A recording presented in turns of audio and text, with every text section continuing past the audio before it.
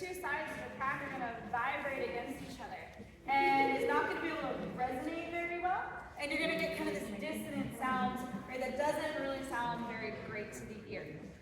So the kind of most common bell repair method, even today, is to actually drill out a crack.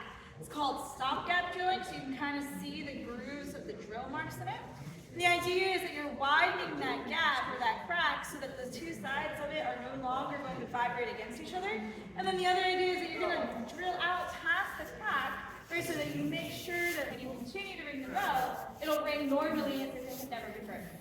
Unfortunately, they never really succeeded in repairing this bell. They probably did not drill it out far enough, because when they go to ring it, basically right after they repair it, it's going to crack from the top of the repair, and it's going to go all the way this way up through the word Liberty and into the crown of the bell. And unfortunately, this crack is now unfixable, because once a crack reaches this part of the bell, it won't vibrate anymore in any sort of thing.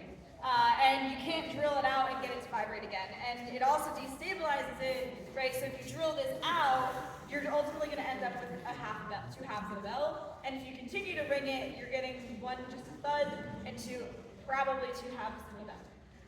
So the only way to fix this, even today, is to melt it down. And why don't we? Well, by this time, we already know this bell as the Liberty Bell for about 11 years. It breaks irreparably in 1846.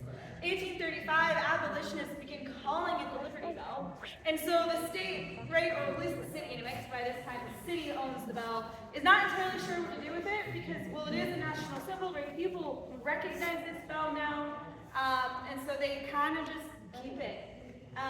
In 1852, it'll come down out of the tower of Independence Hall, and be put on display in the assembly room in what will be known as the National Independence Museum. And pretty much until the 1970s, it's on display in Independence Hall, except for a few times when it travels around the country. So that is how we ended up with the Liberty Bell as we know it, partly because it breaks and partly because a group of people decided to adopt that bell as a symbol of protest. That one does work. It rings the hour, so it'll ring in, well, about 45-ish minutes. It'll ring twice for 2 o'clock. That is called the Centennial Bell. We've had that bell since 1876. It was cast here in Philadelphia as a gift for our centennial anniversary. Really cool thing, that bell is 13,000 pounds. 1,000 represent each of the original 13 colonies. Even cooler, it is made out of 4 cannons.